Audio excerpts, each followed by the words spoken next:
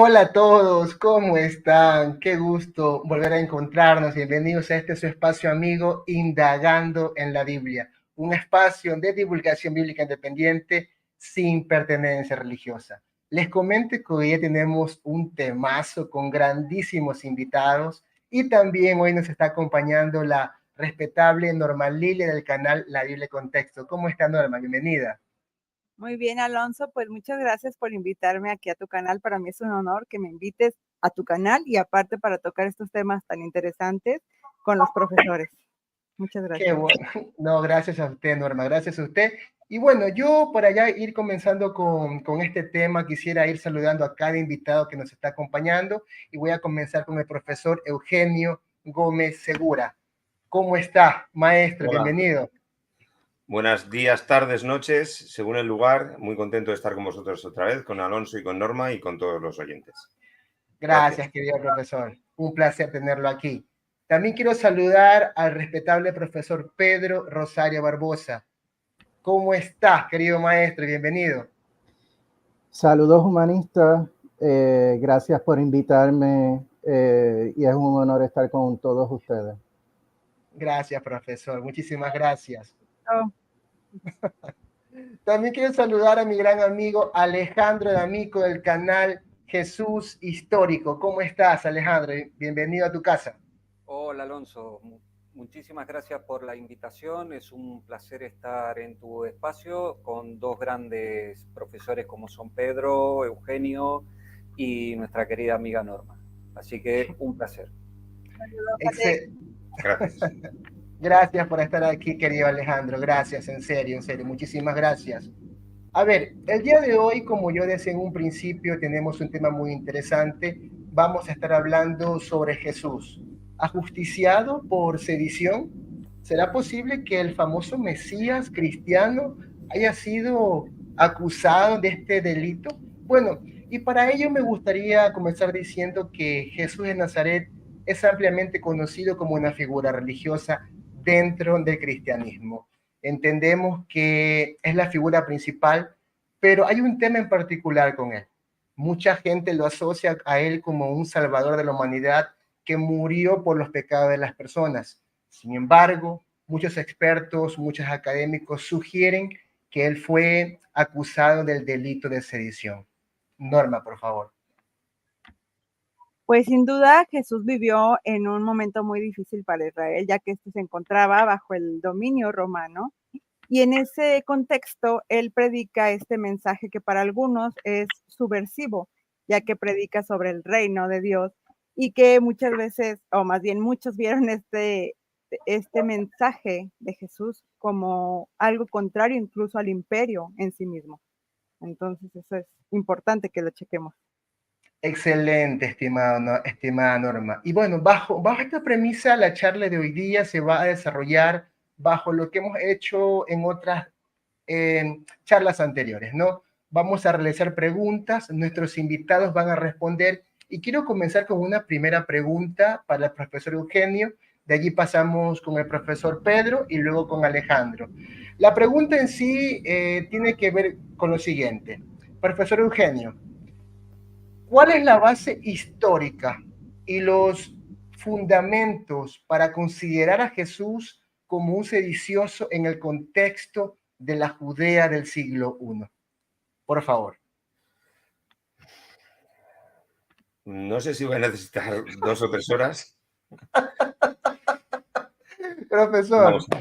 Pero resumiendo, se podría decir, como otras veces se plantea, porque esto es una cuestión que hay que más o menos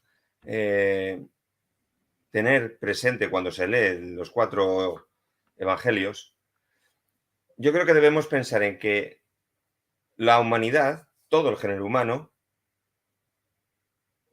no recuerda exactamente lo que ha vivido.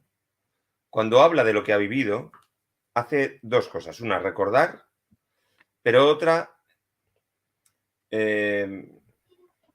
completar lo que recuerda. Porque nadie recuerda al 100% o nadie es capaz de sacar a la vida consciente todos los recuerdos que tiene. Entonces lo que hacemos es completar recuerdos con nuestra cultura, nuestra vida, lo que hemos aprendido de otras personas, De tal manera que los recuerdos no son nunca exactamente lo que ocurrió.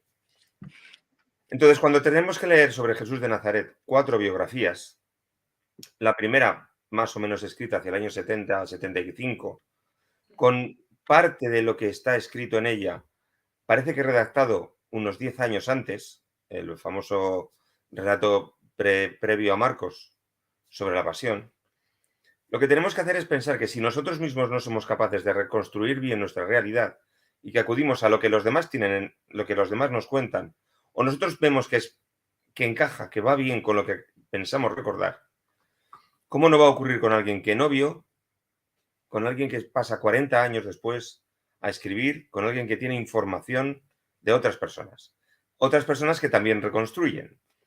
Entonces yo diría que debemos tener en cuenta que es muy importante la idea de niveles temporales. La vida de Jesús de Nazaret, con lo que le ocurrió, una vez muerto lo que contaron sobre Jesús de Nazaret los que lo conocían, pero una vez muertos estos o lejos de quienes redactaban, que les había llegado a quienes redactaban. Por lo tanto, lo que nosotros tenemos es una reconstrucción, que en muchos casos es muy buena, y en otros casos es una reconstrucción completada, con ideas o con reflexiones o con reconstrucciones de los que hablaron sobre Jesús y, por supuesto, de los que escribieron sobre Jesús. Esa es la primera idea que para mí es muy importante. Hay que saber que hay por lo menos 2 fases desde que murió Jesús hasta que tenemos un primer texto, Marcos. La fase de los que conocieron a Jesús y la fase de los que oyeron hablar de Jesús y hablaron después de Jesús. Y esa información llegó al supuesto autor, al supuestamente llamado Marcos, a ese evangelista. Así que debemos tener una duda metódica y razonable sobre lo que tenemos en el Evangelio. Lo primero. Y lo segundo es que la reconstrucción de una vida antigua, de la antigüedad, es mucho más difícil que la reconstrucción de una vida moderna, porque los testimonios son mucho más escasos, más deteriorados, más reconstruidos y, lamentablemente, de muchas personas no tenemos objetos, artefactos. Uno puede saber que Fidias estuvo en Olimpia porque en Olimpia está la jarra con la que bebía Fidias. Pone, soy de Fidias. Uno puede reconstruir a Milciades porque en Olimpia está el casco que Milciades llevó en las batallas contra los persas. Pero ¿qué tenemos de Jesús de Nazaret? Tenemos textos y textos, como digo, basados en recuerdos y en reconstrucciones y recomposiciones de textos. Entonces, el enfoque que uno creo que debe tener ante este personaje, si uno quiere saber o acercarse a lo que podríamos saber bien sobre él, es estas ideas. Partimos de materiales difíciles de asumir como correctos al 100%. Y en esos materiales incorrectos mayoritariamente, correctos en muy pocos casos, pero todos utilizables, tenemos que entender que hay materiales propios de la época de Jesús, datos propios de la época de los primeros que hablaron de Jesús y datos propios del primero que escribió sobre Jesús, Marcos. Y así sucesivamente. Por ejemplo, supuestamente Jesús murió en Pascua. El problema que tenemos con esa fecha es que es una fecha dada en el evangelio llamado Marcos, que es del 70 y pocos. Porque el primer texto que habla de Jesús, que es Pablo de Tarso, no menciona la fecha en la que murió. En la primera carta a los Corintios sí dice que es nuestro Cordero de Pascua, pero eso no es decir que murió en Pascua, eso es una comparación o una metáfora ya desarrollada en la comparación. Comparo a Jesús con el Cordero de Pascua. Vale. Pero eso no es decir que murió en Pascua. Puede que para Pablo tuviera el mismo valor que un sacrificio, que de hecho tiene, porque Pablo habla siempre del sacrificio de Jesús y de que murió por todos los hombres o por todos los creyentes. Así que la idea de sacrificarse por alguien está en Pablo. Pero si uno lee un texto que es de los Hechos de los Apóstoles, el famoso discurso de Pedro, lo tengo aquí y si me permitís os lo leo. El discurso de Pedro en Hechos capítulo 2, versículos 22-24, no hay ni una sola relación con un sacrificio. A Jesús el Nazareno, hombre señalado por Dios para nosotros, por milagros, prodigios y señales que Dios hizo entre vosotros mediante él, tal como sabéis, a este, con la voluntad predeterminada y providencia de Dios, lo matasteis al crucificarlo una vez entregado por mano de quienes no siguen la ley, al que Dios resucitó para librar las angustias de la muerte, porque no era posible que éste fuera retenido por ella. Aquí no hay idea de que murió por nosotros. Y supuestamente es un texto de Pedro. Este tipo de contradicciones son las que hacen afilar el bisturí de la disección del texto. Entonces, creo que estas dos ideas serían las básicas. Darse cuenta de los niveles de información, de qué época y de qué intereses hay detrás de los niveles de información, de la posibilidad real, cierta, verificada por la psicología, de que nosotros reconstruimos nuestros recuerdos, no solo los nuestros, los de todo lo que vivimos u oímos, y que tenemos fuentes distintas, ideas distintas sobre Jesús en los mismos textos del Nuevo Testamento. Y eso considero un resumen incorrecto, o sea, imperfecto, pero para echar a andar, digamos, como se dice ahí en España. Bien, profesor Eugenio. Profesor Pedro, por favor. Prácticamente suscribo el 99.99% de lo que dice el profesor. Quisiera añadir también dos asuntos, y es que aún en el caso de testimonios presenciales, puede ser que una memoria sea correcta, hay otra memoria que sea incorrecta. Y en muchos casos, en un proceso de conversación entre los dos, el que tiene la memoria correcta ajusta la memoria a la de la incorrecta, ¿verdad? Eso se ha encontrado también a nivel cognitivo y de psicología. Sí. A esto también hay que añadir unas discusiones muy recientes que se han tenido en el ámbito de la discusión de cómo se redactaron los evangelios. Entonces, hay que tener en consideración, en primer lugar, que ha habido una reflexión muy importante en cuanto a la naturaleza de los evangelios como literatura grecorromana. Y entonces, como literatura grecorromana, lo que usualmente ocurría era que se circulaba en una élite grecorromana, una élite cultural. No estoy hablando de élite económica, sino de élite cultural. Y en el proceso de esa circulación se integran elementos narrativos del mundo grecorromano. Esto no excluye, y esto es un énfasis que he hecho en algunas discusiones, el uso de literatura como la Septuaginta, pero también integra otros elementos judíos que también, ¿verdad?, forman parte de este andamiaje complejo cultural grecorromano. También eso significa una reevaluación de los modelos que nosotros utilizamos en cuanto a la redacción de los evangelios. Siempre se habla, por ejemplo, del asunto de las tradiciones que circulaban oralmente y por escrito, etcétera. Eso, ¿verdad?, se ha tenido que mirar más atentamente y esto está en un proceso de discusión muy profundo. Porque en muchos de los casos la metodología que se utiliza para, entre comillas, sacar, ¿verdad? A mí me encanta Mark Goodacre cuando dice que los analistas de los evangelios son como arqueólogos, ¿verdad?, que tratan de buscar y ¿verdad?, identificar capas. Y estoy muy de acuerdo con el modelo del profesor Gómez Segura, ¿verdad? Pero tratar de sacar lo que es genuinamente histórico, ¿verdad?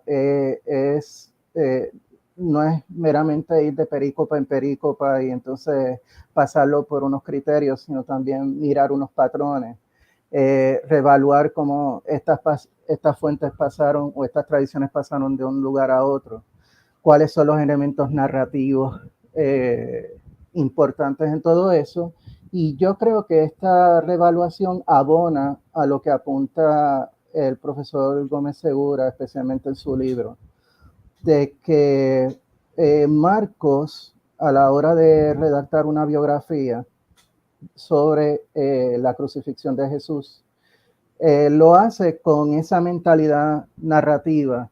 Entonces, al colocar la crucifixión de Jesús más o menos alrededor de la Pascua, lo que está haciendo es un punto teológico más que histórico, ¿verdad? Y eso hay que tenerlo en consideración, o sea, no es meramente Juan el que hace este punto, sino que los demás evangelios hacen este punto. También hay que tener en consideración que muchos de estos textos tenían en cuenta las cartas de Pablo. Esta es mi hipótesis personal, ¿verdad? Y sé que hay otra gente que lo está discutiendo.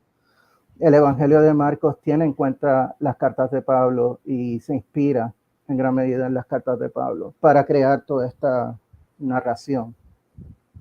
Y a la misma vez ocurre que esto ocurre después del momento más traumático que vivió Jerusalén, que es la destrucción de Jerusalén y la destrucción del templo. Bueno, eso no solamente tiene implicaciones en relación con el judaísmo, sino también tiene implicaciones en relación con el cristianismo como rama del judaísmo. Y eso significa una reevaluación que se dio en aquella época y que se discutía y se debatía y todo lo demás, en cuanto a cuál es el rol que tiene el Mesías dado este trauma. Puede ser que lo interpreten como que ya estamos a punto de llegar al final de los tiempos, ¿verdad? Ese es el panorama apocalíptico. Pero entonces a medida que va pasando el tiempo y como que el Mesías no llega, pues entonces tienen una vez más que adaptarse a nuevas realidades a medida que pasa el tiempo. Todo eso hay que tenerlo en cuenta a la hora de decir, ¿cuál es el Jesús que nos presentan los evangelios? Y volviendo al tema que nos compete, ¿verdad? Crucifixión, ¿verdad? ¿Cómo se interpreta ese fenómeno de la crucifixión? Porque la crucifixión es una pena que uno encuentra en la literatura romana, especialmente en la historiografía romana, como aplicado a dos tipos de personas, o a insurrectos esclavos o a sediciosos. No hay de otra. No tenemos ningún indicio de que Jesús haya sido esclavo, ergo, ¿verdad? Lo que nos queda es sedición. Pero entonces muchos de los perfiles de Jesús que vemos en los evangelios no coinciden necesariamente con un Jesús sedicioso. Pero entonces, por otro lado, también tenemos indicios de que muchos de los cristianos no eran afín a la ideología del Imperio Romano, ni era afín a los romanos. Sí, tenían unas expresiones antijudías, eso no los hacía necesariamente prorromanos, ¿verdad? O sea que hay elementos de esos que se van repitiendo en la literatura cristiana, especialmente la más temprana.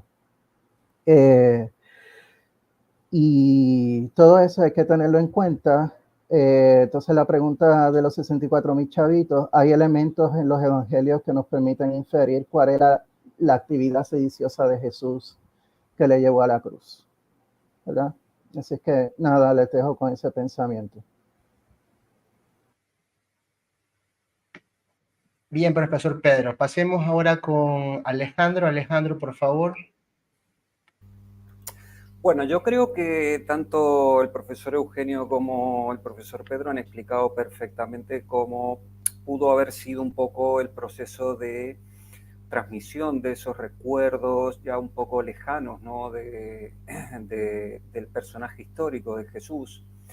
Y cómo en ese proceso, pues, los primeros evangelistas ya reinterpretándolo van añadiendo cosas o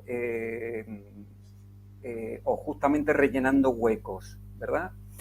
Entonces, a mí me gustaría entrar un poco directamente al asunto, a la cuestión, al título de esta reunión o de este directo, ¿no? Que es la pregunta, ¿no?, con que lo has titulado, si fue ajusticiado justamente por sedición. Como dijo el profesor Pedro, tendríamos que recurrir directamente a lo que es la legislación romana, ¿verdad? Tenemos que tener en cuenta que la pena de crucifixión era una pena denominada mors aggravata, o sea, era la pena en la legislación romana más grave que se le podía aplicar a una persona. De hecho, no se le aplicaba, estaba prohibido aplicársele a un ciudadano romano. Lo podemos ver, incluso la tradición nos transmite de que Pedro y Pablo, no sabemos exactamente cómo murieron, ¿no? No quiero decir que esto sea así, pero la tradición nos ha trasladado que Pablo, por ser ciudadano romano, fue decapitado, mientras Pedro, por no ser ciudadano romano, fue crucificado, ¿verdad? Entonces, yo creo que, en mi opinión, ya hay un consenso muy consolidado al respecto desde la investigación independiente, incluso si el investigador es creyente, agnóstico, ateo, en esto no creo que haya mayor discusión en que el personaje histórico, Jesús de Nazaret, fue ejecutado por un delito de sedición, como bien ha nombrado, o como bien ha mencionado el profesor Pedro. No tenemos noticias de que haya sido esclavo, entonces solo nos queda una sola opción. La cuestión está en determinar cuáles fueron las conductas que pudieron primero conducir a Jesús a un juicio romano y luego ser condenado por este delito. En este caso creo que, como mencionaba, no hay ningún tipo de duda, porque además de los evangelios, que podemos poner ahí, por supuesto, el foco escéptico, por decirlo de alguna manera, también tenemos algunas fuentes extrabíblicas donde mencionan más o menos lo mismo, ¿no? En eso tenemos el controvertido testimonio flaviano, por ejemplo. Muchos de nuestros oyentes pueden pensar y lo pueden pensar con cualquier tipo de razón, ¿no es cierto?, en que pueden decir, bueno, mire, es que el testimonio flaviano está interpolado y en mi opinión es cierto, el testimonio está interpolado.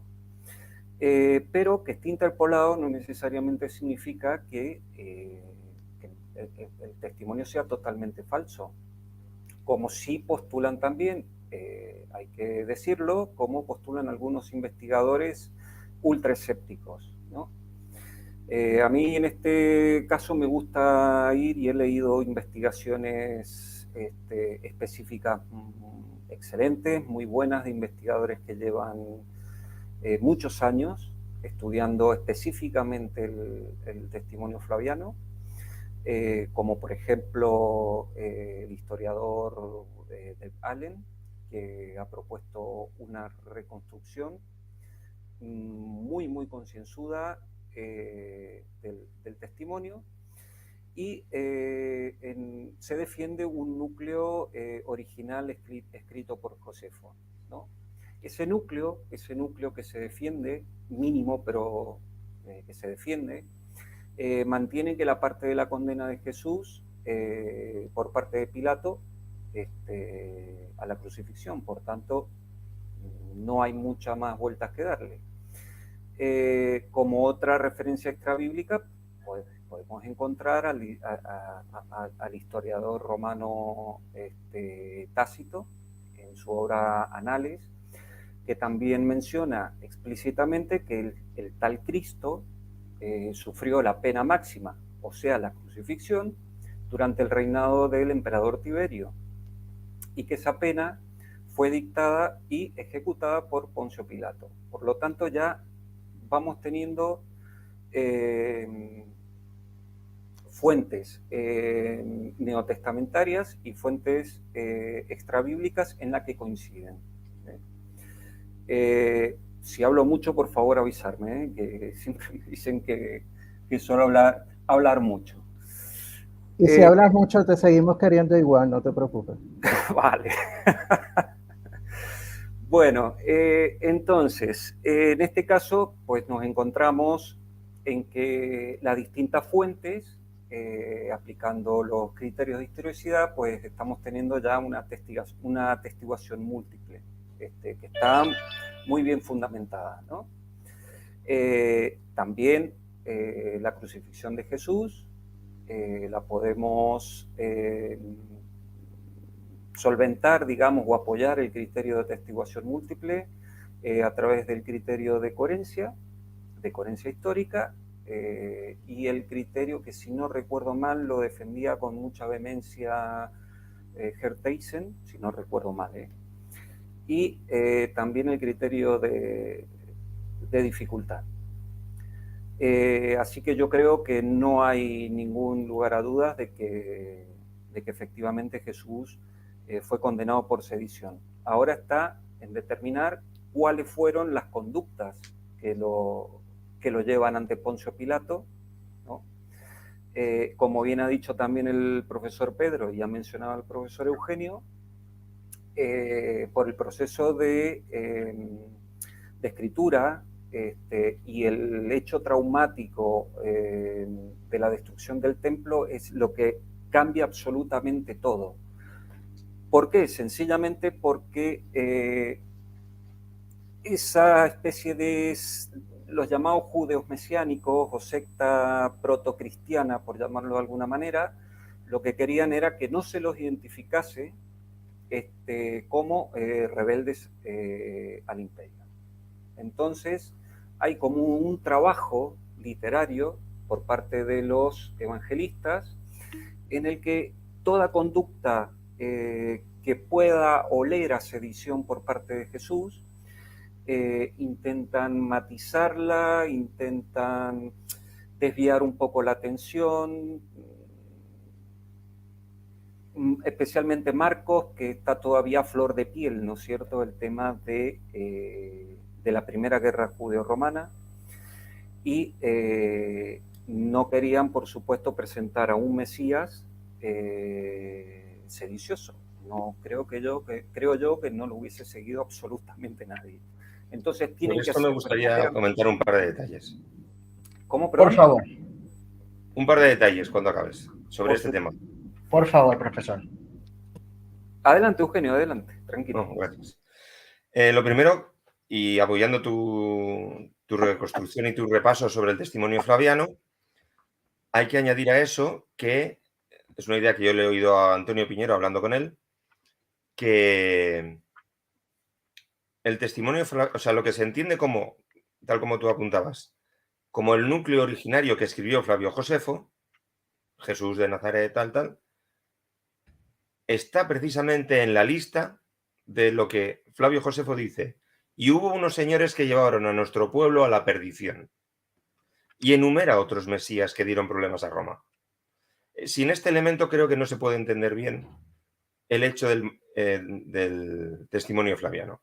Está incorporado a la lista de los que causaron problemas al pueblo judío porque se enfrentaron contra Roma. Está en esa lista. Flavio Josefo lo considera propio de esa lista. Y segundo, respecto a la reconstrucción, una idea que tuve hace unos años y que está publicada y que está en un artículo que está colgado en mi página web es que Marcos comparó a Sócrates con Jesús. Hay 8 puntos entre Sócrates y Jesús que están en el Evangelio de Marcos. Wow. Y que son determinantes para saber hasta qué punto se quiso suavizar toda la cuestión. Una cuestión que después otros autores ya han estudiado, se produce en el Evangelio de Lucas, cuando Lucas presenta a Jesús en Getsemaní como un filósofo bueno muriendo injustamente. Lucas habría ampliado la idea que ya había puesto Marcos: Jesús es igual que Sócrates, que es una forma perfecta, como decía antes Pedro, de incorporar a Jesús a las tradiciones clásicas con el superhéroe ético de la época, después de 4 o 5 siglos, con un proceso histórico muy parecido al de Jesús. Solo tenemos los testimonios favorables a Sócrates y solo nos queda uno contra Sócrates, Las nubes, la comedia Las nubes de Aristófanes. Todos los demás historiadores que hablaron contra Sócrates han sido eliminados de la tradición que podemos consultar ahora. Es muy parecido. Entonces, la tendencia a comparar a Jesús con Sócrates, comparado, valga la repetición, con lo que dice Flavio Josefo, incorporándolo a los que perjudicaron a su pueblo, creo que abunda en la idea de que el motivo por el que fue ajusticiado con la cruz es que se levantó contra Roma o causó o en apariencia causó problemas a los romanos, o los romanos pensaron que les iba a causar problemas. En todos los casos, la idea es que hubo unos romanos que pensaron, cuidado con este personaje que nos va a dar más problemas que los que ahora tenemos. Ese sería el apunte.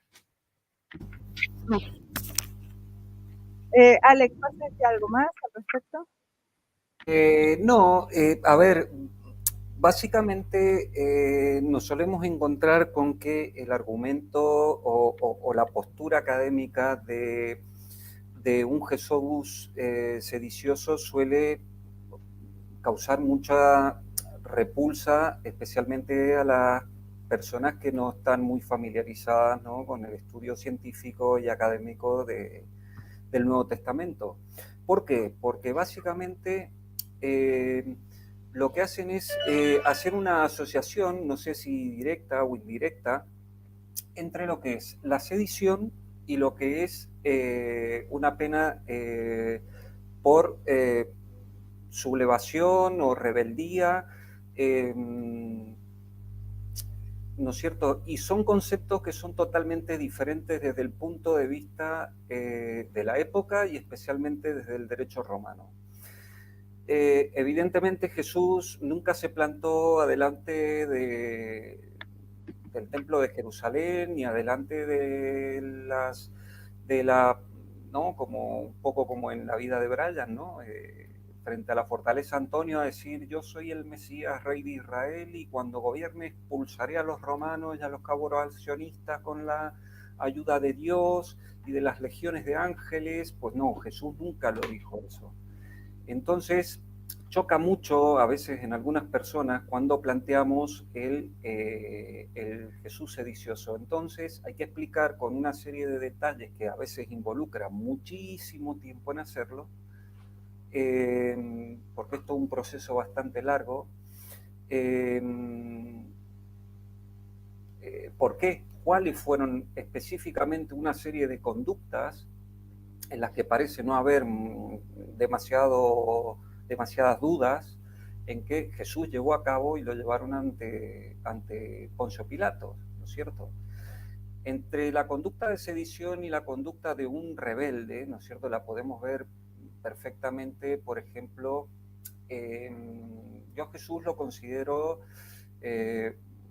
una persona realmente inteligente y carismática en su tiempo. Entonces, algo que suele pasar un poco desapercibido en la historia de Jesús es en que posiblemente, muy probablemente, Jesús haya sido un testigo directo de un hecho que lo haya marcado de por vida en su devenir posterior, ¿no?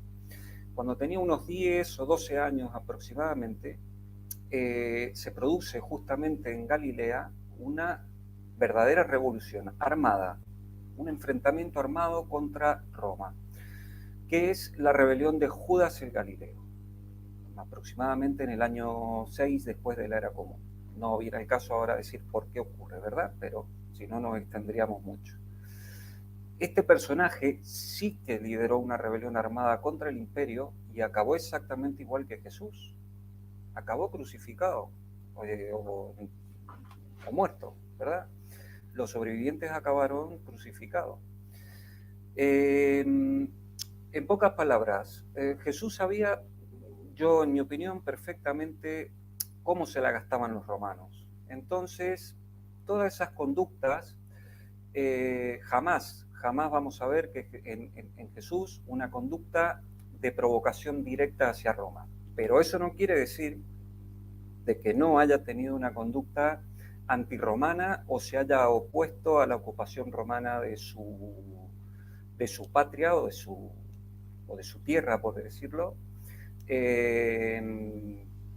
como todo judío o profeta apocalíptico. Es impensable en un profeta apocalíptico que no se haya opuesto de alguna manera a la ocupación romana. Entonces ahora está en determinar cuáles esas 2 o 3 o 4 conductas de Jesús fueron consideradas y fueron interpretadas por las autoridades como una conducta sediciosa que lo lleva ante, como sabemos en la historia, ante Poncio Pilato y ya la crucifixión. Así que aquí lo dejo. Partiendo de estos comentarios que han hecho, de que vemos cuáles serían esas conductas que logramos ver en los evangelios, que a fin de cuentas son estos relatos que nos quedan o que al fin de cuentas tenemos de Jesús. Yo he escuchado mucho que se habla de esta expulsión de los mercaderes del templo como uno de los posibles actos que hizo que se tuviera Jesús como sedicioso. Desde una perspectiva religiosa, normalmente se nos enseña que fue un acto meramente religioso, ¿no? Porque está criticando el uso del templo para otros fines. ¿Se puede interpretar este hecho, este acto de la expulsión de los mercaderes como un acto de sedición o como algo que confrontara al imperio con el pueblo judío? ¿Y por qué? Profesor Eugenio. Quizá el punto de vista deba ser ¿qué pensaría un romano si alguien va al patio principal del templo y presenta una idea que vaya a cambiar muchas cosas? Muchas cosas, bueno, que vaya a cambiar cosas. Lo primero que puede hacer es pensar que eso no le conviene. Que tenga miedo como persona de orden, vamos a llamarlo así, como encargado, el jefe de la guarnición dijera, ¿qué está pasando en el templo ahora mismo? ¿Qué es ese alboroto? ¿Me va a provocar problemas en una época peligrosa? ¿Me va a provocar problemas en una fiesta concreta? Yo creo que es la fiesta de Sukkot, de Tabernáculos, en septiembre, no la de Pascua, pero sigue siendo una fiesta muy obligatoria y muy peligrosa. Hubo revueltas en época de Sukkot, en Tabernáculos. Así que, precaución con lo que ocurre ahora mismo en el templo.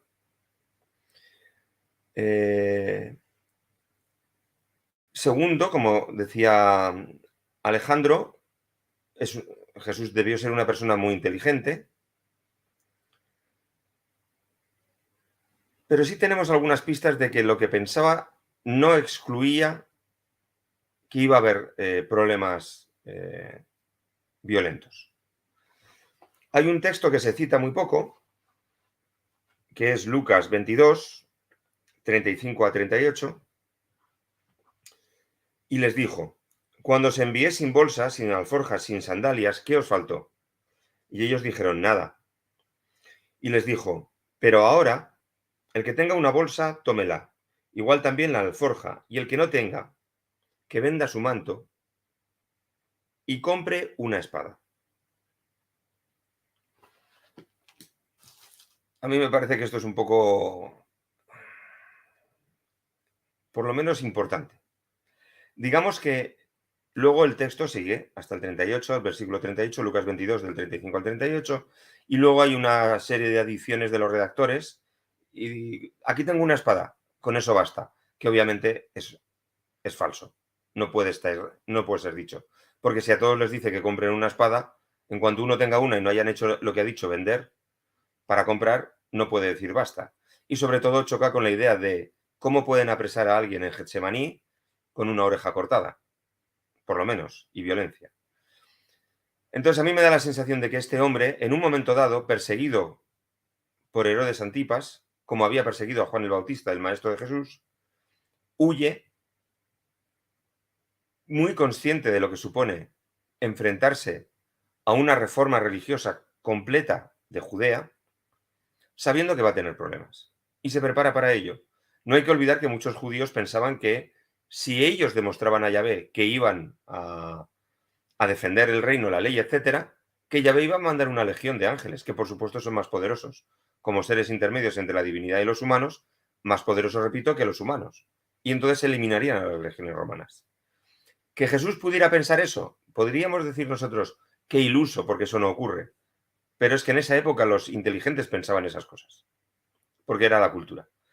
Entonces a mí sí me parece que hay notables datos, escasos y normalmente abandonados, de que hubo conciencia de que iba a haber un jaleo, como se diría aquí en España, de que iba a haber problemas y que en el templo lo que se planteó fue algo que un observador y un guardián del orden, y más en fechas peligrosas, tenía que controlar. Y si no, piénsese en lo que ocurre cuando hay avisos de grandes manifestaciones, de grandes huelgas, cómo la policía es especialmente cuidadosa con cualquier detalle y puede detener a uno que pase al lado y que tenga una pinta poco recomendable para lo que el gobierno piense. En un estado democrático, en un estado oligárquico, en un estado represor, lo que sea. Si uno piensa que va a haber un problema, tiene mucho cuidado con lo que ocurre ese día. Sin ir más lejos, y entiéndase la comparación, precaución del gobernante, que es lo que estoy diciendo, cuando hay partidos de fútbol de especial problema, las medidas de seguridad son especiales también. Y se controla mucho más a todo el que va, no al campo de fútbol, al estadio, a los alrededores el que pasa por ahí, si el estadio está en una ciudad. Entonces, el templo en Pascua o en Sukkot, que es mi punto de vista, tuvo que estar especialmente bien vigilado, especialmente bien controlado, porque la historia, y Flavio Josefo lo incluye, incorpora revoluciones, movimientos sediciosos, movimientos contra los propios reyes asmoneos, tanto en Sukkot como en Pascua. Por lo tanto, elegir uno de esos dos fechas para ir a Jerusalén es jugar con fuego.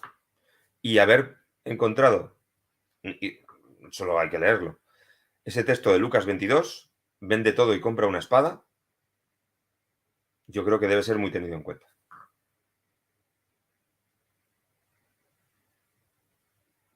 Profesor Pedro, adelante. Ok, unas cosas que quisiera añadir a lo que dice el profesor Gómez Segura.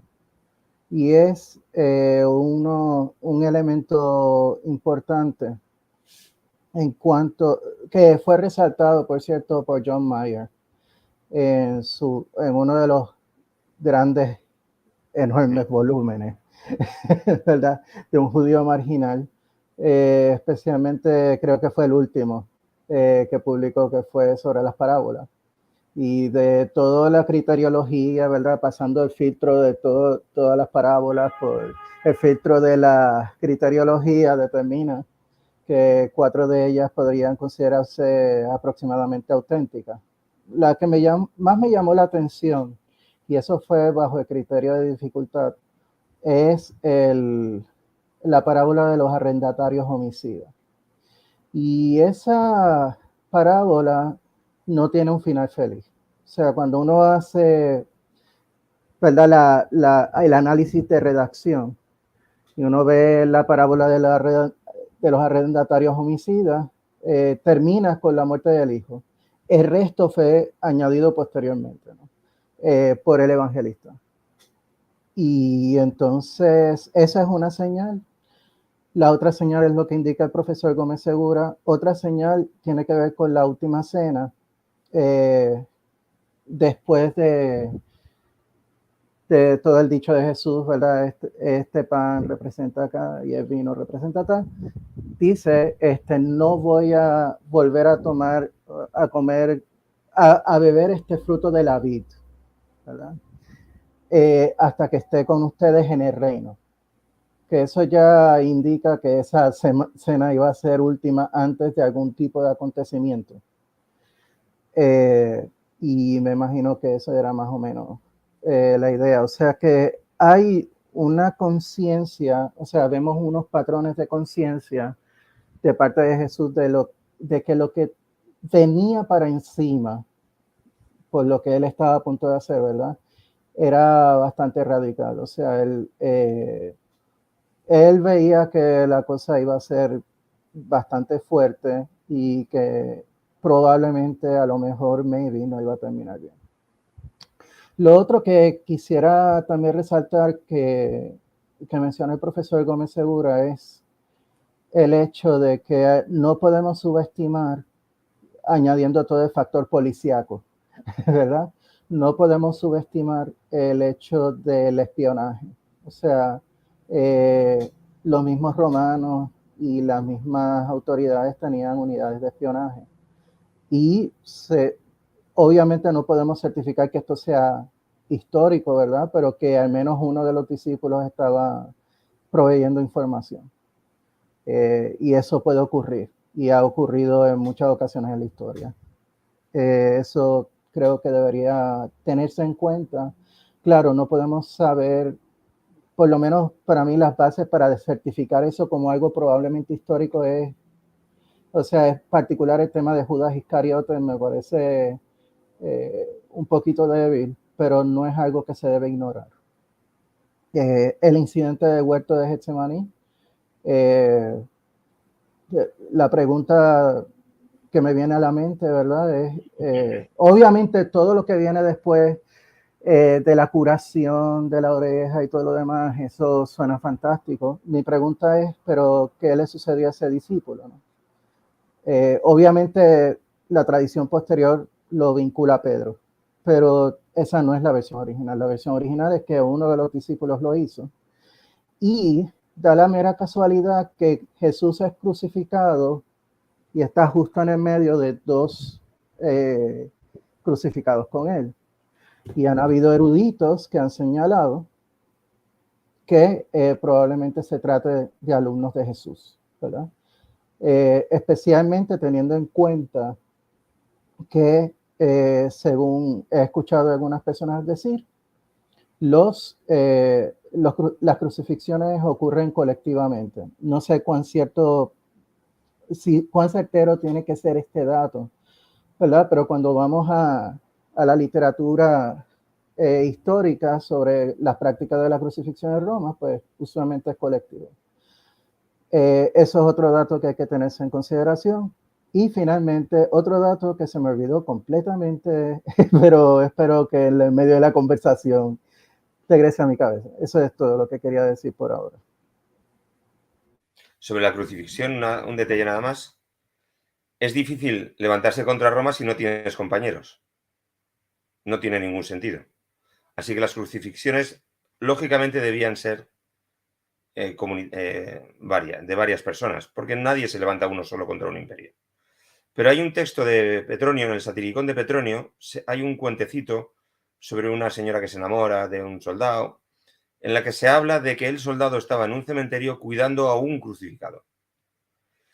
Si eso es una cuestión de literatura, del cuento de Petronio, o si fue un solo crucificado, yo no lo puedo decir, pero la lógica de los levantamientos incluye mucha gente, varias gentes, cabecillas, pero tenemos ese otro caso de Petronio con un solo crucificado, nada más. Quisiera añadir un poquito al asunto de Petronio. No sé si el profesor conoce o ha leído de Robin Faith Walsh, el libro que ella recientemente publicó. No. Que ella lo desasocia con Petronio, porque también ese es un asunto bastante controvertido, quién fue el autor. Y entonces, una de las evidencias que ella toma de la circulación de muchos de estos textos, incluyendo los evangelios, en las élites grecorromanas, es precisamente el Satiricón. Entonces, sugiero, si en la medida que pueda, que lea ese libro, porque me parece que es muy valioso. Gracias. Adelante, Alejandro.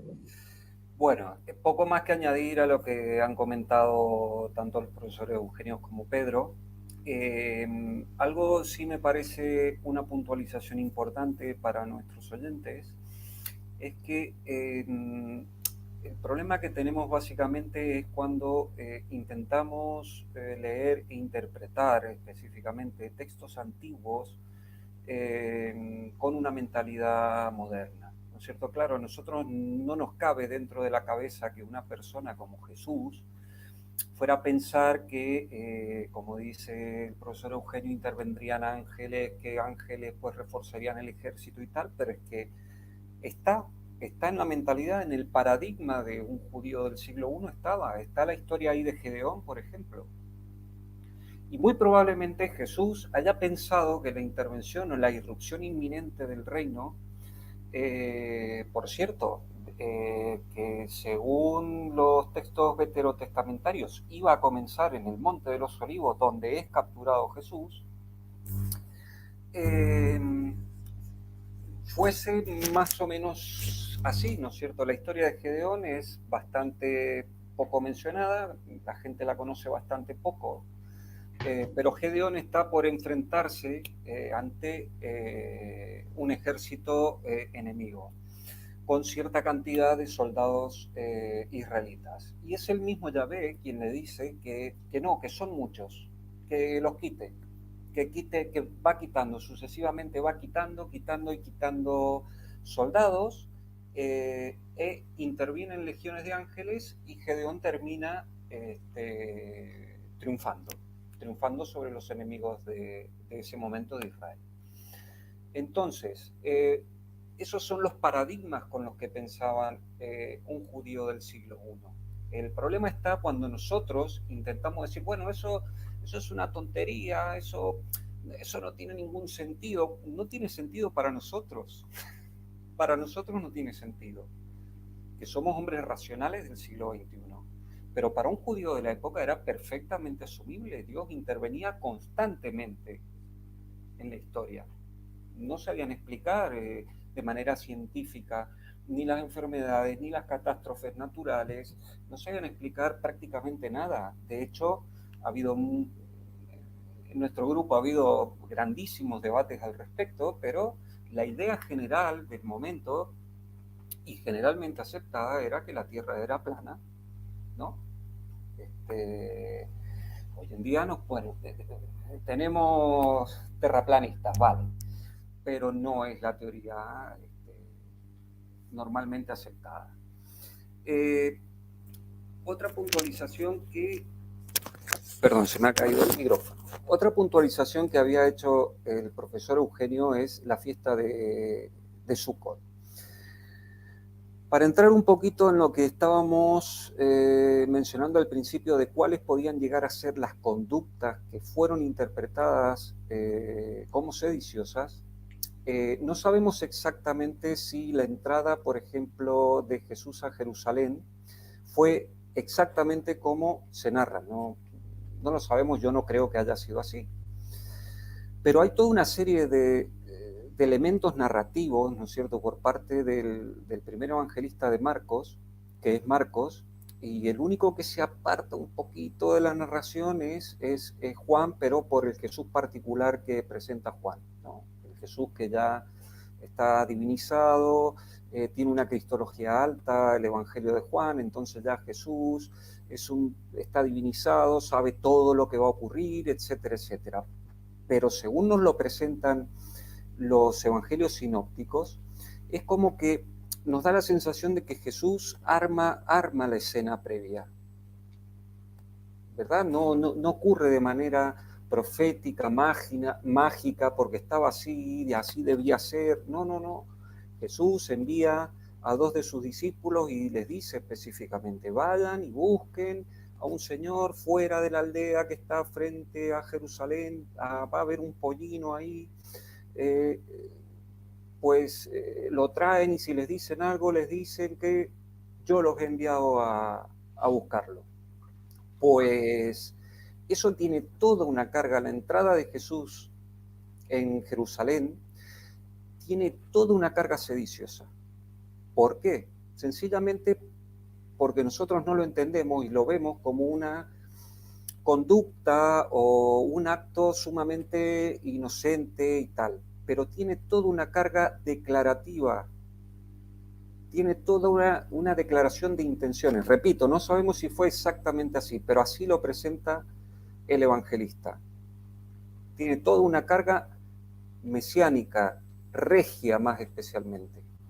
Jesús se presenta mediante esa conducta como un rey. Y recuerdo, en el Imperio Romano, declararse rey era un delito de lesa majestad. Lesionaba gravemente el honor del emperador y el honor de Roma. No podía haber un señor que se declarara rey, ni explícitamente ni mediante actos.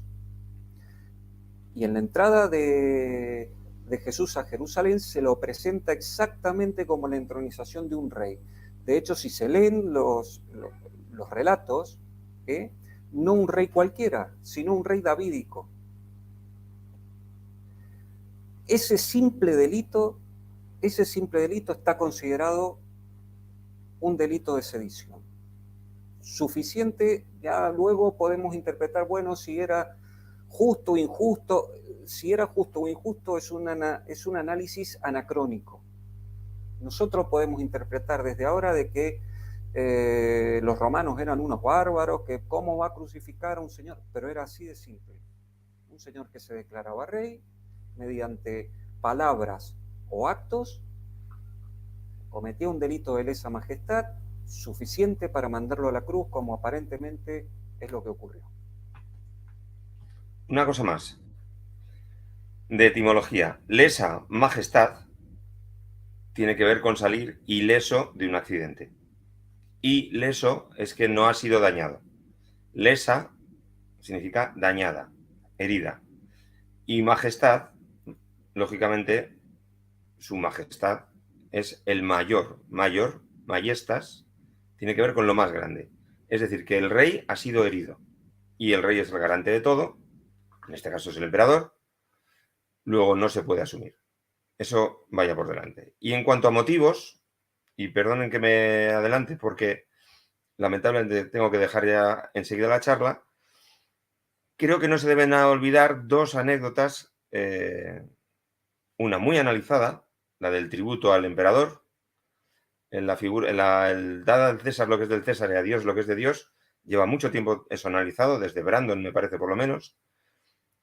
Cuando se coge una moneda de Tiberio y se puede encontrar a Tiberio vestido como sacerdote, se está diciendo que el sacerdote de Israel es Tiberio, porque la moneda es la que se usa. Por lo tanto, eso es un delito contra la ley judía, no contra la ley romana, obviamente. Y si dice dad al César eso, es dádselo porque es suyo, no es nuestro.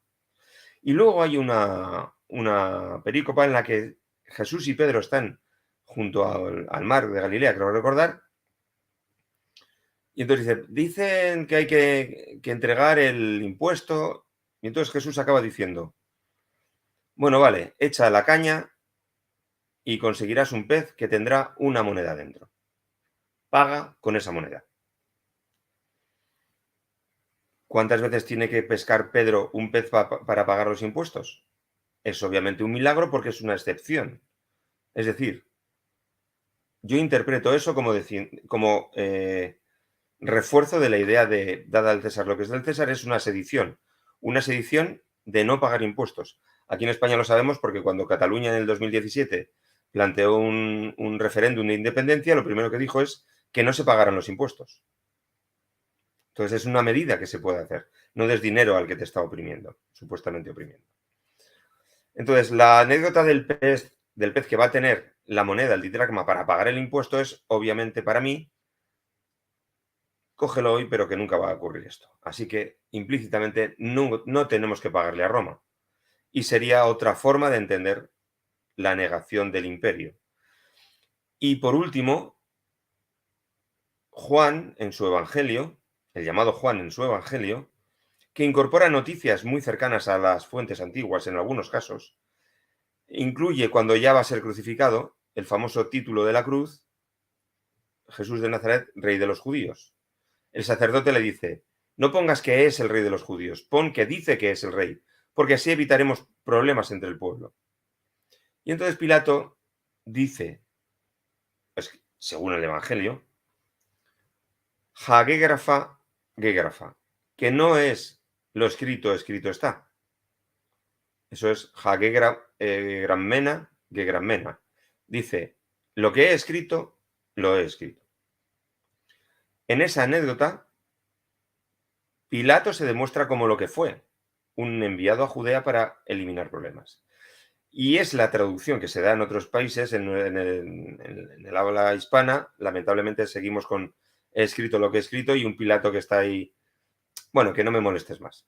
Pero sin embargo, la realidad de la anécdota sería, rey es el rey de los judíos y yo lo mato. No dice que es el rey.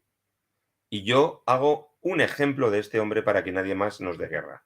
He escrito lo que he escrito. Entonces yo sí creo que hay datos para pensar que sí se levantó contra Roma, pero otra cosa sería cuándo y por qué. A mí me parece que obligado por la persecución de Herodes Antipas y acortando los plazos de lo que él pensaba sería primero un despertar de su pueblo. Diría eso. Brevemente, porque lamentablemente, como digo, voy a tener que irme pronto.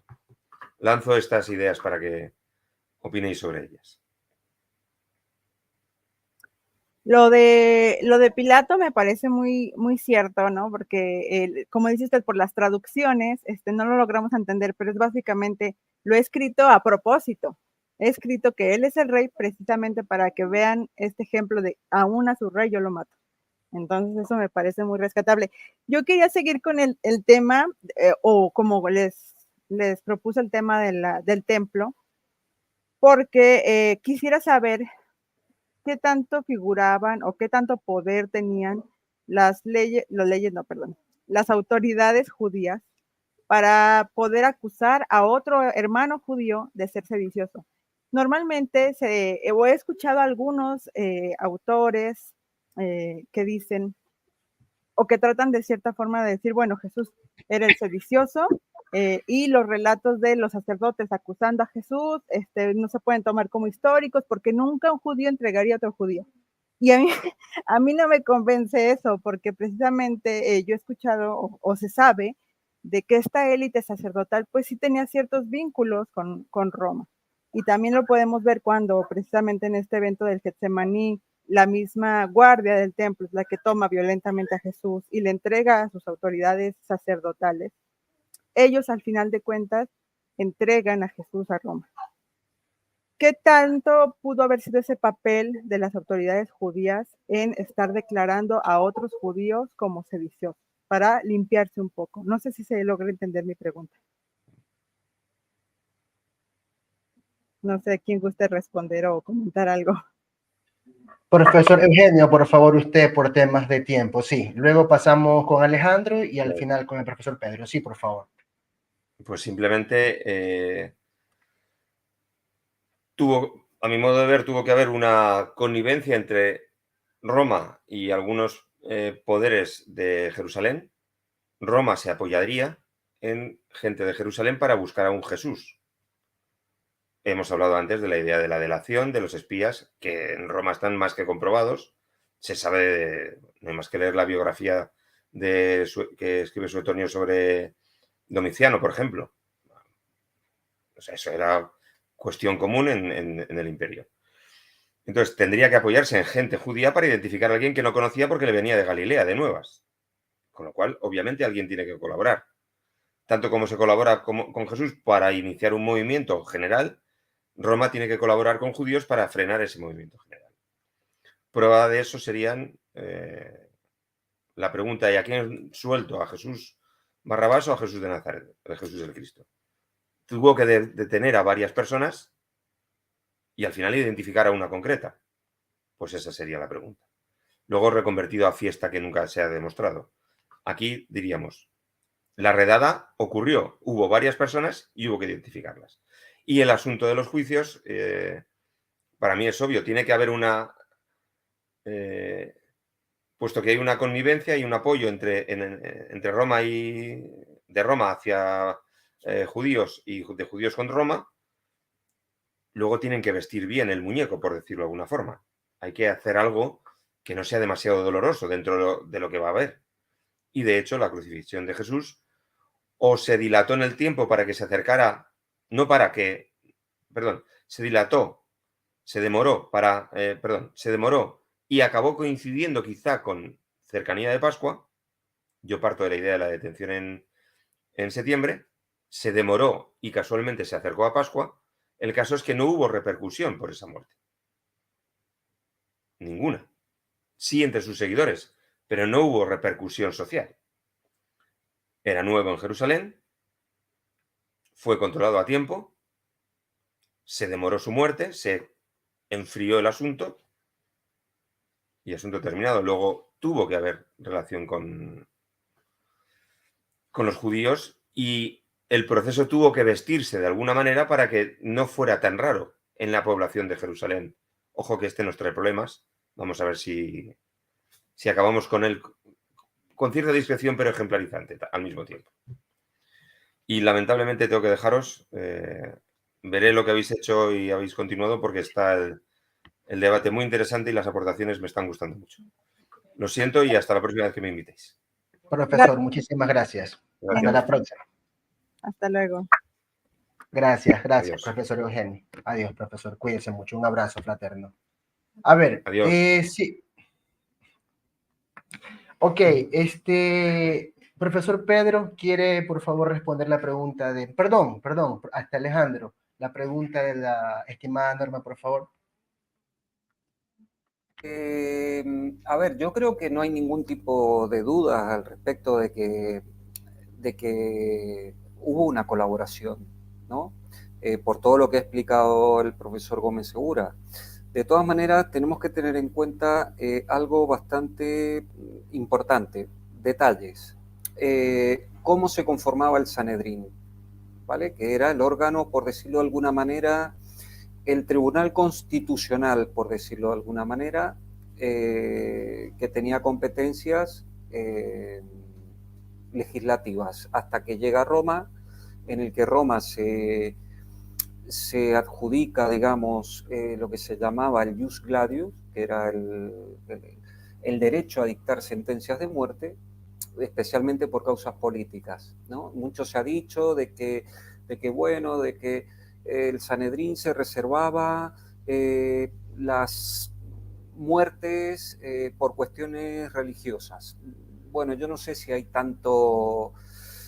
tanta prueba para afirmar eso. Lo que sí sabemos exactamente es que el jus gladius, el derecho para condenar a una persona que estaba bajo el gobierno de Roma, aunque no fuera un ciudadano romano, la tenía reservada el procurador romano. Entonces, el problema está en que el Sanedrín, a pesar de lo que se lee en los evangelios, ¿no es cierto?, de que todo el Sanedrín actuó al unísono y todo este tema, ¿no es cierto?, yo no creo en lo más mínimo que haya sido así. Al contrario, el Evangelio de Juan nos dice, nos narra que hubo una controversia, que hubo una discusión dentro del Sanedrín. ¿Vale? ¿Por qué? Porque el Sanedrín estaba conformado por mayoritariamente por saduceos, pero también habían fariseos. Y recordemos que a Jesús se lo identifica, ¿vale?, por su forma de actuar, por su forma de interpretar la ley, por su forma de ver el reino, por su forma de, bueno, se lo identifica o se lo asocia muchísimo más con el fariseísmo que con cualquier otra corriente, ¿vale? Entonces, básicamente tuvo que haber necesariamente una discusión dentro del Sanedrín en el que evidentemente se impone Caifás como sumo sacerdote y dice que todos los que están opinando de que no hay que entregar a uno de los suyos, los tacha, si no recuerdo mal, no recuerdo la palabra exacta con lo que los tacha, ¿no? Pero les dice, básicamente, no voy a parafrasear, les dice, ustedes lo que no se están dando cuenta es que si no entregamos a este señor y este señor muere, es preferible que muera uno y no que esto vaya a más y que vengan los romanos y nos liquiden a otros. Y yo lo siento mucho, estaba en lo correcto. Es lo que ocurrió cuando empieza la Primera Guerra Judía, la Primera Guerra Judeo-Romana en el año 66. Los romanos no hicieron ningún distingo. Directamente acabaron con dos de los grupos mayoritarios del siglo I, que fueron los saduceos, los desaparecieron de la historia, desaparecen directamente, los matan a todos, y también a los esenios, desaparecen los dos grupos, solo sobreviven los fariseos. Básicamente, ¿por qué? Pues porque los fariseos eran los que manejaban las sinagogas en la diáspora. Sobreviven fuera, pero como se suele decir en España, la escabechina que dejaron los romanos durante las tres guerras, entre el 66 y el 135, si no recuerdo mal, fue tremenda. No se sabe exactamente cuántos judíos murieron, pero estamos hablando de cientos de miles de personas que mataron los romanos, no hacían ningún tipo de distingo. Entonces sí, yo considero que sí, que hubo una discusión, un debate interno dentro del Sanedrín para ver si entregaban a este señor o no, y al final optaron porque sí, por entregar. Gracias, Alejandro. Profe Pedro.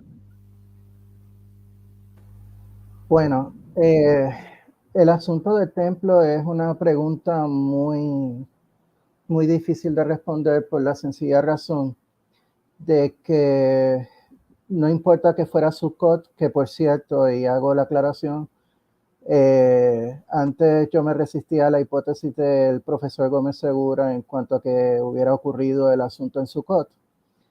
Después de leer su argumento como huele 1000 veces, me ha ido convenciendo. O sea que yo creo que la localización temporal de la crucifixión de Jesús en Pascua me parece que es un dato teológico de Marcos del cual se basan todos los demás evangelios. Mi posición personal coincido con el profesor Gómez Segura, cierro paréntesis. Pero es un asunto muy difícil de responder porque el asunto tiene que ver con la logística de lo que ocurrió. Obviamente lo que vemos en el Evangelio de Marcos y por consecuencia en todos los demás evangelios es una exageración. O sea, eso es imposible. O sea, el Evangelio de Marcos presenta a un Jesús que estaba tratando de detener las operaciones del templo. Como rayos, ¿verdad? Un Galileo con 12 gatos, ¿verdad? Va a detener todas las operaciones de un edificio tan grande. Pues eso es imposible. Además, ¿verdad? Y eso aclarando un punto que hace Norma. Lo que estaban haciendo los mercaderes ahí no era indebido, al contrario, era requisito de ley. La ley misma lo dice, tienen que hacerlo. Y no, digo, está la famosa frase que la gente repite, ustedes, mi casa será casa de oración, pero ustedes la han convertido en cuevas de ladrones, ¿verdad? Esa famosa frase, pero una de las más grandes autoridades judías en torno a Jesús histórico, Amy Jill Levine, dice que la gente tiene que acordarse que la cueva de ladrones no es, o la guarida de ladrones, no es el lugar donde los ladrones roban. Es decir, ellos no están robando en el templo. O sea, la cuestión es que sí hay un elemento de que las autoridades están participando de lo que podría ser un saqueo por parte de las autoridades judías, ¿verdad? Que están ligadas a Roma, pero ya eso es otra cosa, ¿no? Pero lo que están haciendo los mercaderes es lo que tenían que hacer. Y todo lo demás que viene después es oscuro. O sea, obviamente si ocurrió algo, tuvo que hacer a mucho menor escala. Porque salieron corriendo, se salvaron.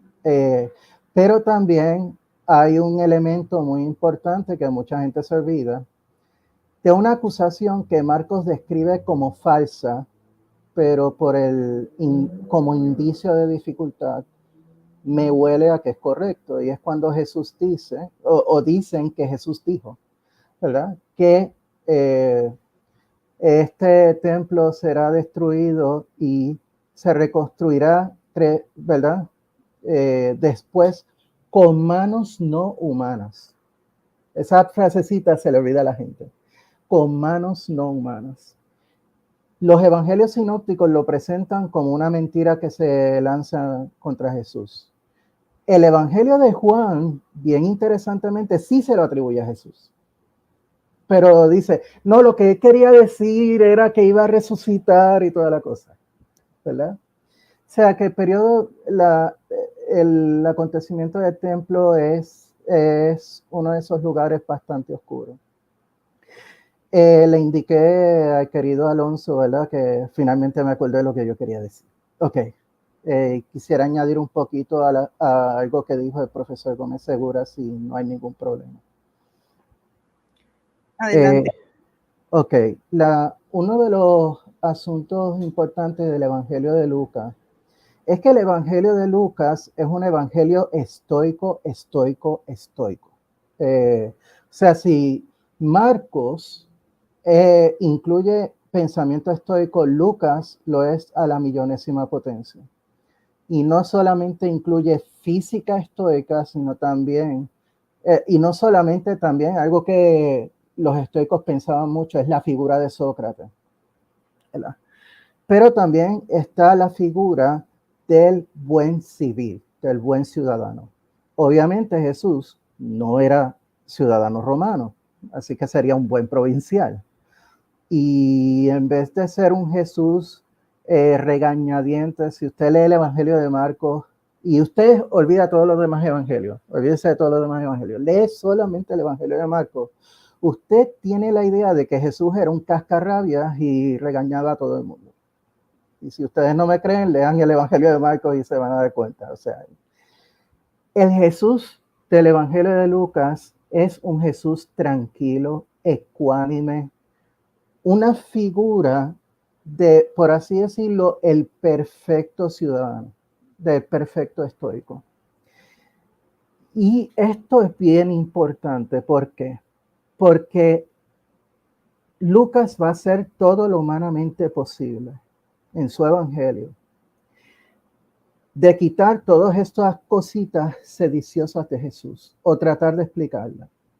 Un ejemplo fue el que mencionó el profesor Gómez Segura en relación con las espadas. Yo le añado uno más.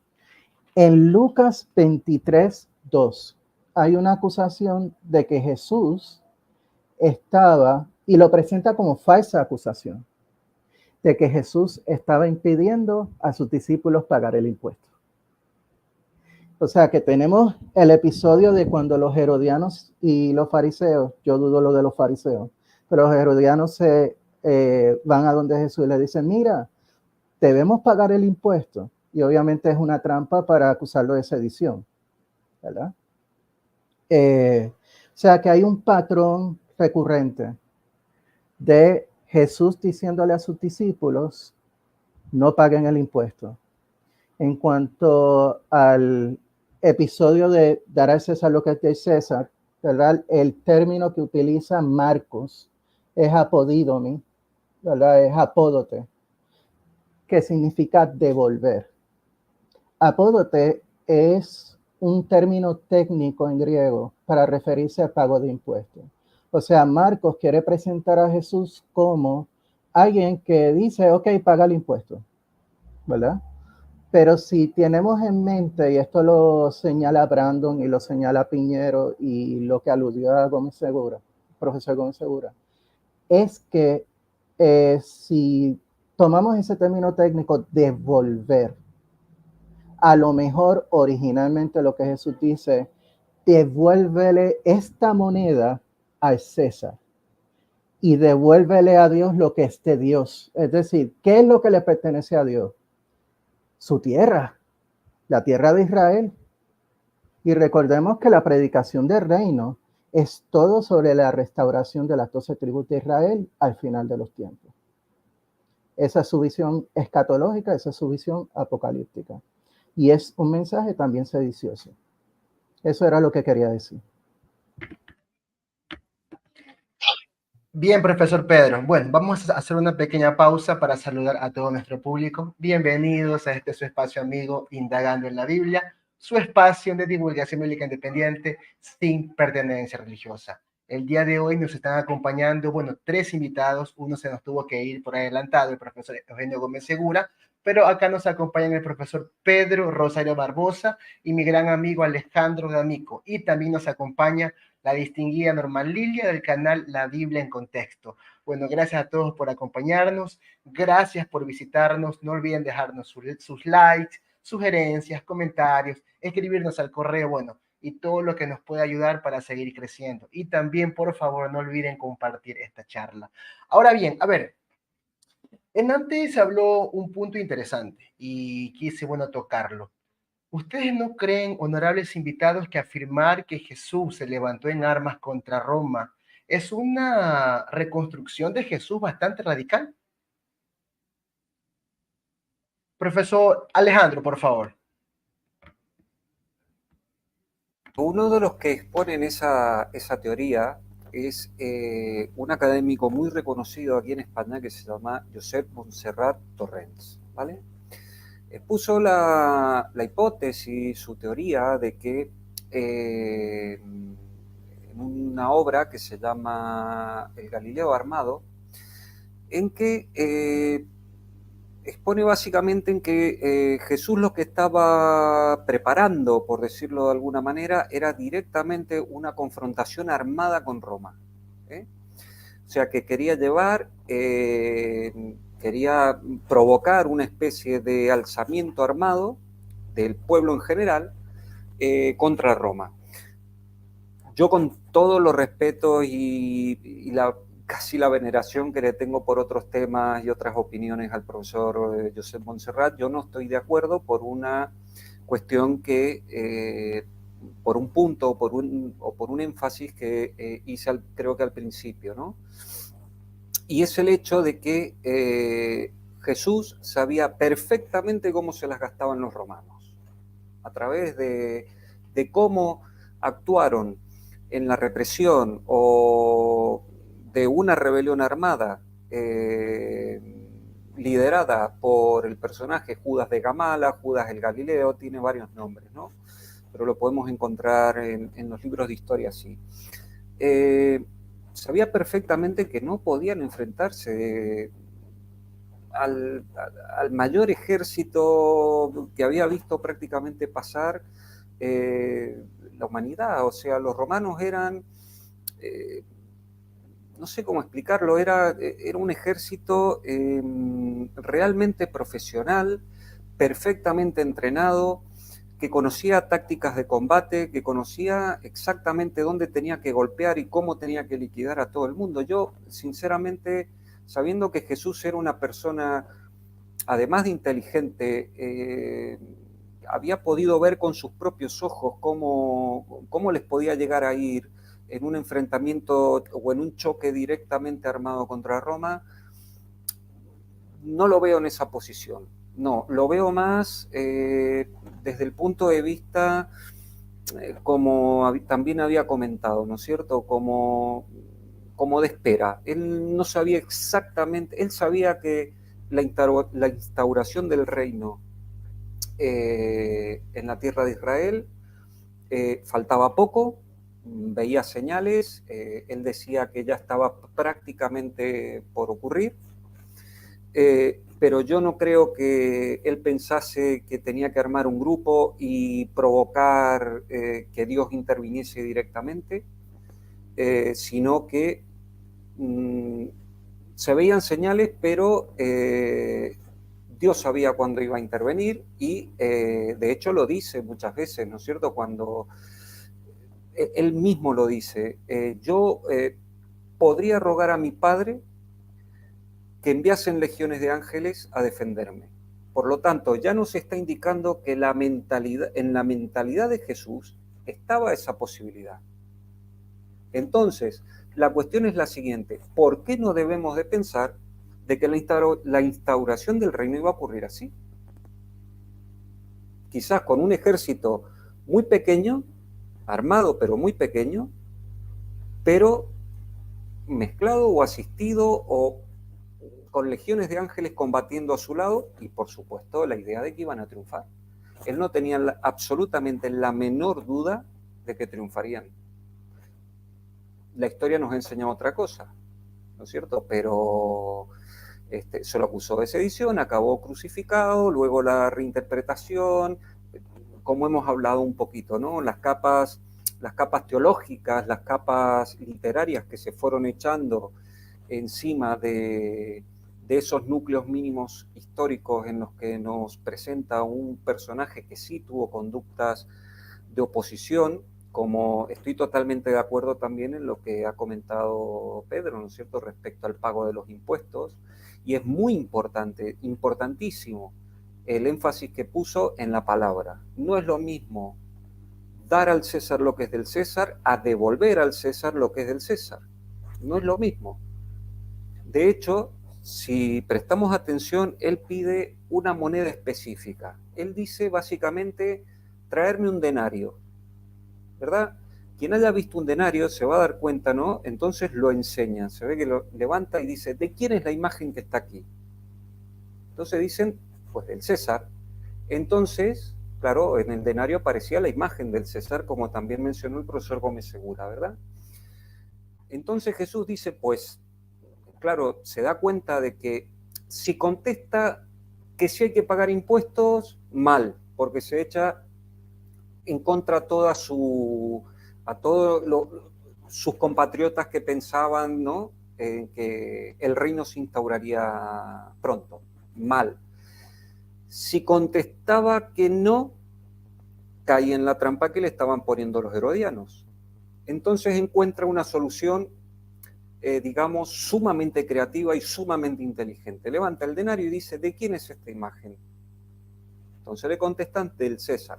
Pues es muy sencillo, devolverle al César lo que es del César y a Dios lo que es de Dios. O sea, básicamente lo que está queriendo decir es que los romanos le paguen el impuesto al César, que nosotros nos quedaremos con lo que es nuestro, que es la tierra de Israel, porque la tierra de Israel es de Dios. Básicamente es así. Pero ¿qué ocurre? Que los herodianos sí que entendieron el mensaje, digamos, el mensaje codificado, por decirlo de alguna manera. Entonces, por eso las dos principales acusaciones que van a plantearle a Jesús ante Pilato, ante la autoridad, es, oye, este señor está predicando que no hay que pagar los impuestos, y que se ha declarado rey. Dos conductas suficientes para que Pilato le hiciese una pregunta sencilla, ¿no es cierto? Ahí hay mucha discusión de si, claro, cómo todo un procurador va a interrogar a un simple predicador galileo. A ver, yo no creo que tengamos que entrar en esos detalles, posiblemente fue así, simplemente le pudo haber preguntado, oye, ¿tú eres rey de los judíos? Pues tú lo has dicho, suficiente, no hay más. También se ha mencionado que los 4 evangelios canónicos coinciden en que Pilato mandó poner sobre la cruz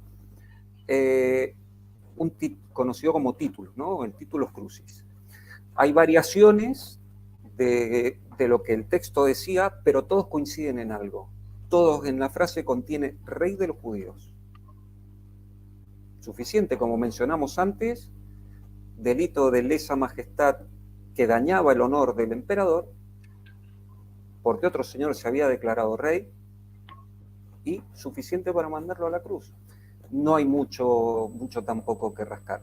Luego, evidentemente, por lo que también mencionamos al principio, ¿no es cierto?, tenemos que tener en cuenta que el primer evangelio, que es el de Marcos, que se escribe en los años 70 o 70 y poco, todavía está la destrucción del templo y la primera guerra judeo-romana. Nadie quiere que se los identifique a este movimiento mesiánico con conductas que los romanos estaban ya muy, estaban, por decirlo de alguna manera, muy alertas ante ese tipo de conductas. Entonces no querían. Evidentemente, si hubiesen dicho directamente, miren, nuestro héroe Jesús no solamente fue rey, sino que también nos enseñó de que no había que pagar los impuestos, pues los romanos posiblemente hubiesen ido contra ese grupo. Es que es lo más probable. Entonces tienen que empezar a hacer todo un trabajo redaccional para matizar, para medio esconder, decir y no decir, para contentar a todo el público, ¿no? Más Marcos, mucho más Marcos, que Marcos escribe hacia un público específico que es público romano. ¿Vale? Los romanos sí que entendían eso. Como bien ha dicho también Pedro, Lucas, al orientar su evangelio hacia un público gentil griego, el público gentil griego entiende perfectamente los códigos que le está diciendo Marcos. Cómo presenta a Jesús como un héroe similar a Sócrates. Entonces, eso también nos ha faltado tiempo porque todo esto, entonces llevaríamos varios directos, ¿no?, en desmenuzar todo este tema, pero hemos dado por lo menos unos pantallazos así generales. Sí. Sí, sí, Alejandro. Mencionaste el tema y con esto le doy paso a la estimada Norma, bueno, para que pueda proseguir. Mencionaste el delito de lesa majestad, es decir, la majestad herida de Tiberio. Pero un judío insignificante para muchos, como lo era Jesús, ¿pudo causar tanta controversia en su tiempo? A ver, yo no creo que haya causado mucha controversia, porque en ese sentido también los evangelistas utilizan un recurso literario que se llama hipérbole, ¿verdad? O sea, intentan prácticamente magnificar todo. Si uno lee, por ejemplo, los relatos lo podemos ver, por ejemplo, en varios casos, en muchos casos, ¿no? Especialmente Juan. Juan suele utilizar muchísimas veces el recurso literario de la hipérbole, pero los otros evangelistas también. Si vemos, por ejemplo, el relato o el supuesto relato, ¿no?, de la entrada de Jesús a Jerusalén, vemos cómo Marcos empieza de una manera, digamos, describiendo a la multitud que estaba ahí, de una manera bastante humilde, por decirlo de alguna manera. Ya Mateo le agrega más gente, Lucas le agrega más gente, y ya Juan prácticamente estaba toda Jerusalén ahí expectante y tal. O sea, vemos ese proceso a medida que van avanzando los relatos, de cómo se va magnificando absolutamente todo. Yo no creo que haya causado tanto revuelo, sino que también por lo que hemos comentado, ¿no? Pilato estaba ahí por una cuestión muy sencilla. De hecho, por lo que sabemos de Pilato, a pesar de que se lo describe como una persona pues que fue dubitativa, que no sé qué, que se lavó las manos y todo eso, pues yo lo siento mucho, históricamente no se condice con lo que sabemos de Pilato. Pilato era una persona sumamente brutal, y no tenía ningún problema en agarrar a un señor que simplemente era un simple predicador galileo rural, de llevarlo a un juicio porque el Sanedrín lo había acusado de delitos políticos y hacerle una pregunta.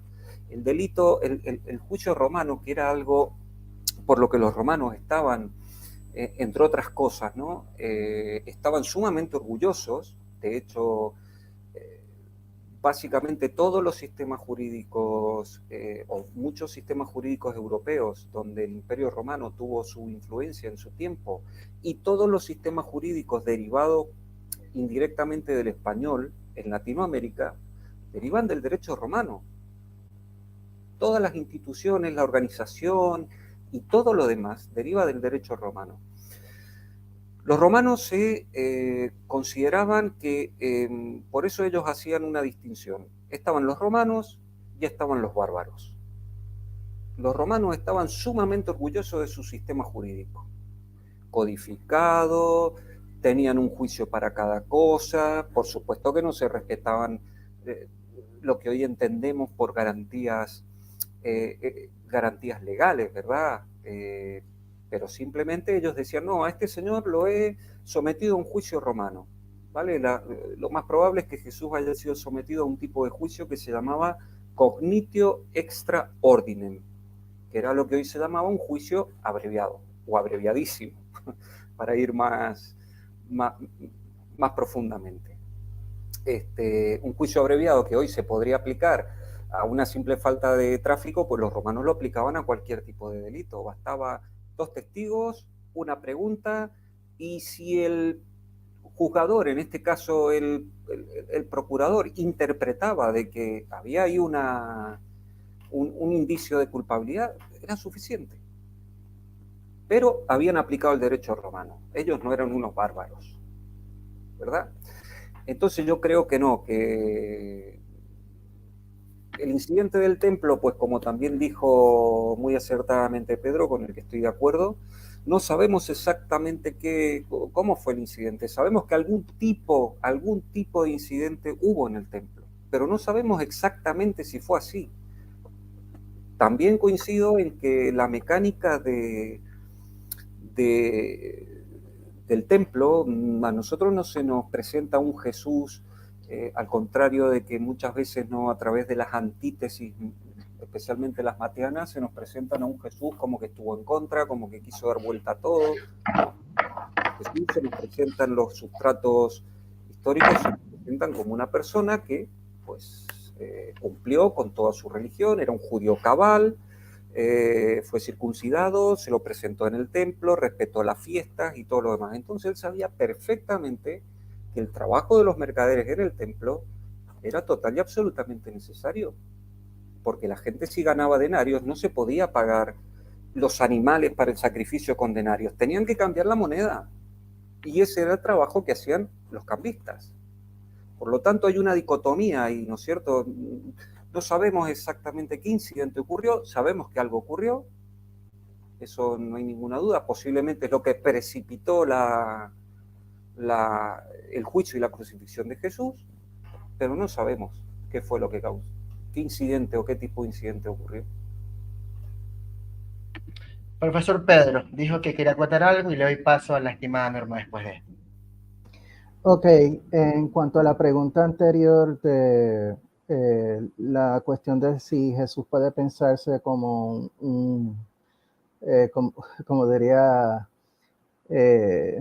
Montserrat Torrens, ¿verdad? Un guerrero armado, un mesías armado, o algo así. Quisiera decir, ¿verdad?, que suscribo lo que dice Alejandro, pero también quisiera añadir una cosa muy importante, es que Jesús tampoco era Gandhi. Y Jesús no era Martin Luther King Jr. O sea, nosotros tenemos estos íconos del siglo XX metidos en la cabeza, que entonces queremos retroproyectar a otro ícono grande que por razones de capas teológicas hoy ha pasado por ser el príncipe de la paz, ¿verdad? Pero cuando estamos haciendo historiografía, tenemos que hacer el mayor esfuerzo de sacar todas esas capas teológicas y tratar de identificar ese núcleo histórico. Y claramente Jesús era de la posición, lo que yo llamo adventicia, es decir, él no iba a lanzar una guerra de guerrillas, sino más bien estaba esperando ya con armas, ¿verdad? Un combate. Eso es prácticamente lo que hay. Él no se iba a lanzar contra el Imperio Romano como tal. Así es que tenemos que evitar los anacronismos y tenemos que evitar muchas de estas cosas que a veces inconscientemente nosotros decimos, pero contra, es que Jesús no puede haber sido eso, ¿verdad? ¿Por qué? Porque Él es el príncipe de la paz. Y no es así. O sea, el Jesús que nos presenta los evangelios y el Jesús que nos ha llegado a nosotros, que por cierto tampoco es tan príncipe de la paz, porque también a veces se presenta a Jesús como todo un guerrero, ¿verdad? Es una figura contradictoria en ese sentido hoy día, pero estamos hablando de sedición, estamos hablando de actividades sediciosas. Esto no significa necesariamente actos violentos, aunque el acto del templo obviamente lo sugiere. El que Marcos presente a Jesús como una personalidad fuerte puede tomarse también como un dato muy importante a tener a consideración. Y también tenemos que ver, ¿verdad? Y quiero traer a colación algo que dijo Dragon Art en el foro, ¿no? Hola, Edu. Y es que una de las cosas que hace Lucas, abonando también al asunto de presentar a Jesús como un personaje ejemplar, es tratar de eliminar, ¿verdad?, la descripción de los bandidos que están al lado de Jesús como lestes, ¿verdad?, como lestai, que es un término que Josefo emplea, por ejemplo, para los insurreccionistas.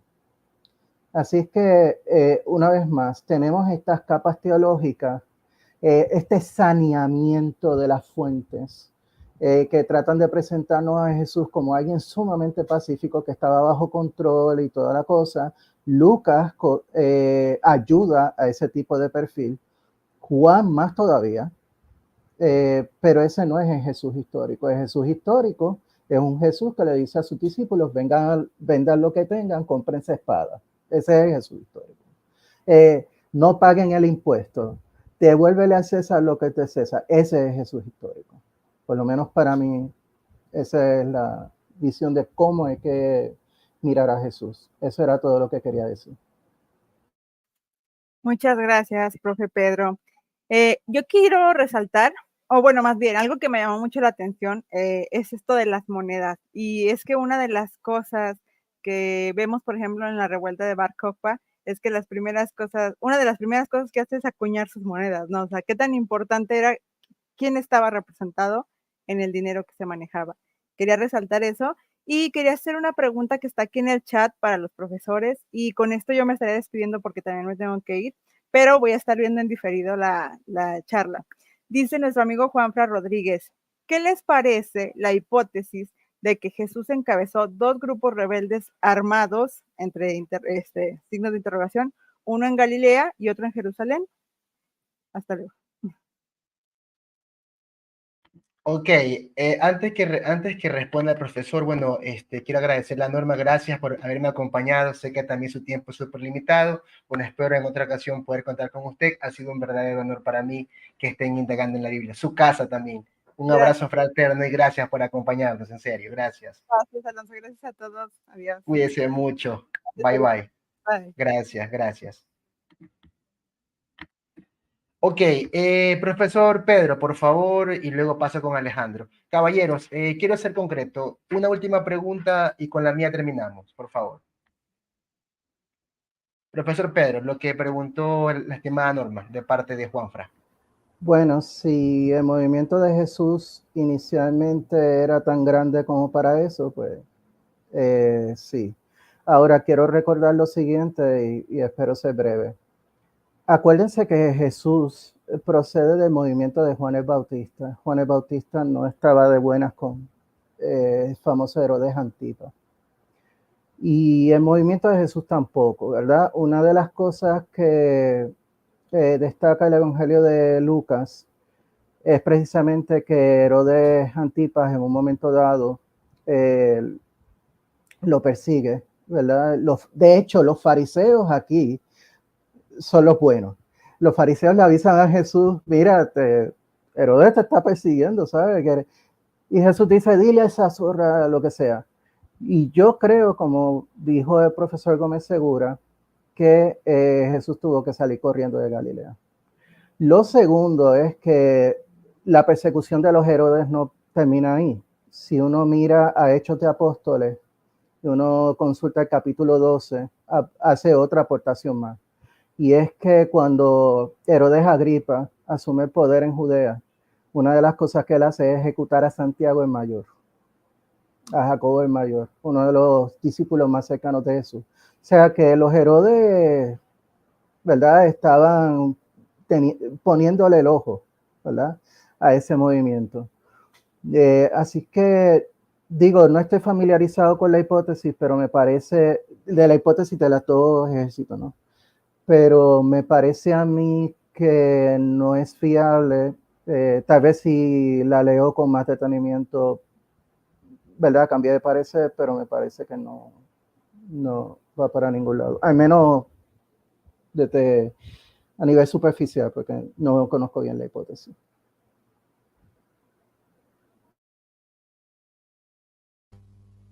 Alejandro, por favor. Sí, yo alguna vez la he leído la hipótesis, también como Pedro no he ahondado realmente mucho en ella, pero yo no la veo muy, muy viable. ¿Por qué? Pues por lo que expliqué un poquito hace un rato. Mi postura es que básicamente Jesús no estamos hablando de dos grupos, ¿no? Uno en Galilea y otro en Jerusalén, pero armados. El reino iba a venir en Jerusalén, ¿eh?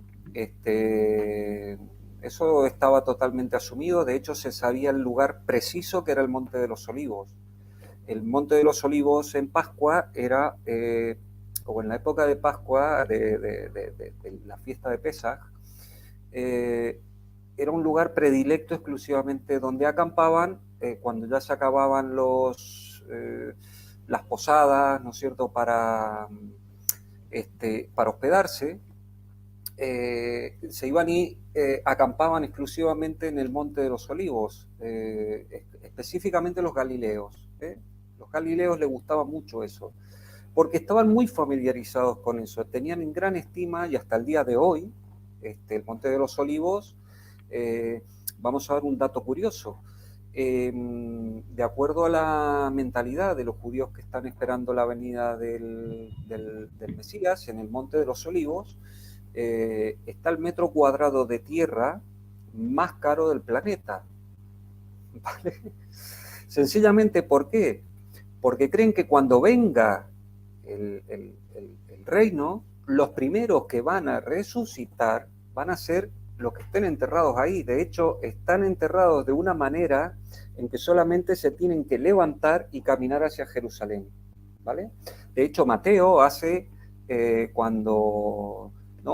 hace referencia a esto, ¿no? Cuando menciona que, bueno, que se rasgó el templo, que hubo un temblor, que se abrieron las tumbas, que resucitaron muertos, que que entraron a Jerusalén. Todo esto tiene un fundamento en los textos veterotestamentarios. Yo no creo que, sinceramente, haya habido ni dos movimientos y mucho menos armados, porque Jesús tenía perfectamente asumido lo que ocurría si procuraba un enfrentamiento directo con Roma. No, igual que Pedro, tendría que ahondar un poquito más, pero sí he leído la hipótesis por ahí, pero yo no la veo viable. Excelente, excelente, estimado Alejandro. Bueno, por acá nos preguntan el estimado amigo Eliezer Ramírez. Dice, ¿qué libro pueden recomendarme para la temática que se está desarrollando? ¿O qué libros, dice él, pueden recomendarle a él y a todos los que nos están viendo? Con respecto al tema, por favor. Hay muchísima bibliografía al respecto. Yo normalmente suelo recomendar, yo soy muy precavido cuando recomiendo autores, ¿no es cierto? Porque después nos terminan acusando, Pedro lo sabe, ¿no? Es que usted es muy peñarista, usted es muy no sé qué, usted es muy no sé cuánto. Entonces yo normalmente, en este tipo de temáticas, yo suelo recomendar, lástima que se ha ido ahora el profesor Gómez Segura, porque le hubiese hecho un poco la pelota, ¿no? Hubiese orientado un poco hacia ahí. Hay un libro que escribió junto al profesor Piñero, que se llama La verdadera historia de la pasión. También interviene, es un libro de coautoría, o sea, también interviene, por ejemplo, un autor excelente, histórico, crítico, escéptico también, que es el profesor Javier Alonso, donde justamente explica la connotación judía de la entrada de Jesús en Jerusalén. ¿De acuerdo? Él hace un análisis y explica básicamente los tres textos veterotestamentarios a los que están haciendo referencia los escritores. O sea, básicamente lo que están queriendo transmitir hacia el lector judío. Y luego en autores en general, pues bueno, está el profesor Piñero como escéptico. Luego tenemos un autor que falleció, si no recuerdo mal, fue el año pasado, grandísimo, también lo ha mencionado Pedro, que es John P. Meyer. John P. Meyer era un sacerdote católico, jesuita. Y luego tenemos otro autor que a mí otros dos autores que me suelen gustar mucho, que son John Dominic Crozan, y un autor protestante, si no recuerdo mal, que se llama Gerd Theissen, es un autor alemán, si no recuerdo mal. ¿Por qué me gusta recomendar distintas extracciones? Porque ahí básicamente vemos que en las partes generales, en las partes importantes realmente, autores que de distintas confesiones, cómo han sabido dejar su confesión en la puerta y dedicarse a aplicar el método histórico crítico y llegar a conclusiones similares, tal vez no idénticas, ¿vale? Pero en conclusiones similares. Entonces, normalmente me gusta, cuando me preguntan a mí, me gusta recomendar estos autores para que el lector tenga una visión general, ¿cierto? Excelente, Alejandro, excelente. Profesor Pedro, el profesor Fernando Bermejo Rubio también me parece un increíble autor. También, sí. Para mí. Gracias por adelantarte. Pisó la obra, Pedro. El tipo es un capo, el tipo es un capo, la verdad. Por favor. Lo siento. El libro de Eugenio Gómez Segura, Hijos de Yahvé, es muy bueno para empezar. Es introductorio, pero está muy bien organizado. Todo lo que él habla de las capas de los que conocieron a Jesús, de lo que escribieron después de la vida de Jesús y todo lo demás, todo eso está ahí explicado, además de su metodología. El otro, ¿verdad?, que recomiendo y que ya se me adelantó Alonso, es el libro de La invención de Jesús de Nazaret, de Fernando Bermejo Rubio, que tengo que hacer la debida aclaración que no es un libro de historia de Jesús, sino un libro sobre la historiografía de Jesús. Es decir, cómo más o menos se fue desarrollando la historiografía en torno a Jesús. Pero hay una parte muy importante en que discute al Jesús histórico. Y entonces, algunos de los métodos que yo empleé en esta exposición, todo lo que es patrón recurrente, todo lo que es indicio de dificultad y todo lo demás, eso lo explica en ese libro. Así que recomiendo mucho ese libro. Y también no dejo de recomendar los libros de E.P. Sanders, ¿verdad? E.P. Sanders es lectura obligada, además de John Mayer. Pero si quieren una perspectiva en torno a Jesús sedicioso como tal, Fernando Bermejo Rubio, que es con el que más simpatizo y que se basa en Ian McCovey, en Brandon, ¿verdad? Sigue esa misma línea.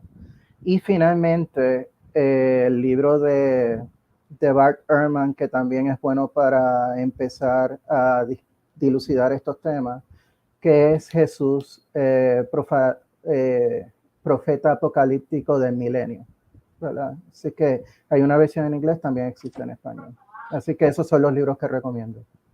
Caballeros, nos hemos quedado súper cortos. En serio, ha sido una charla fantástica. Bueno, yo quisiera seguir, pero bueno, todo tiene su tiempo y quiero agradecerte a ti primeramente, Alejandro. Gracias por habernos acompañado. Es la primera vez que nos honras con tu presencia, pero ha sido fantástico tenerte acá, de verdad. Muchísimas gracias, querido amigo. Lo único que me gustaría hacer una puntualización final, porque con este tema de las recomendaciones de la bibliografía, ¿no es cierto? Hay muchísimo material al respecto, entonces todo depende un poco de si la persona que va a enfocar el tema o va a empezar a estudiar el tema ya tiene un conocimiento previo, unas ideas generales, ¿no es cierto?, para las que pueda comprender, porque hay algunos autores que están un poquito más orientados hacia la parte académica. Por ejemplo, muchas veces me han dicho, oiga, John P. Meyer es extraordinario, pero no entiendo nada. Pues bueno, para acceder a John P. Meyer hay que leer otros autores. Como bien ha dicho Pedro, por ejemplo, hay muchos autores, incluso Fernando Bermejo Rubio es un autor que hay que tener cierto conocimiento para poder entender lo que está explicando. Hay autores que son más divulgativos, más para el público general, más para la introducción del tema del Jesús histórico. Básicamente, para mí los básicos, ¿no es cierto?, son los que he nombrado, y Pedro también, como ha nombrado, a Bart Ehrman. Para mí son fundamentales. Y el doctor Piñero, por supuesto. Gracias, querido Alejandro. Profesor Pedro, gracias también a usted. El omnipresente está en todos los grupos, así que le agradezco por haberme honrado también con su presencia acá. Ustedes, entre tú y Carla, que siempre me llaman omnipresente, son terribles.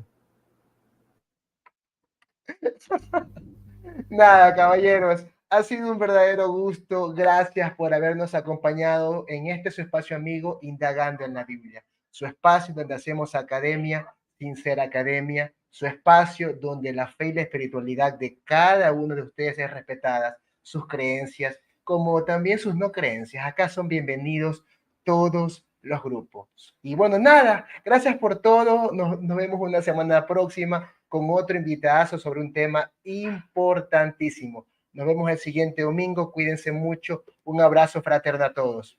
Pasen bien, tengan una bonita tarde, bonita noche y les envío un sincero saludo. Cuídense. Chao, chao. Gracias. Gracias, Norma. Gracias, profesor Eugenio, también. Cuídense. Chao, chao.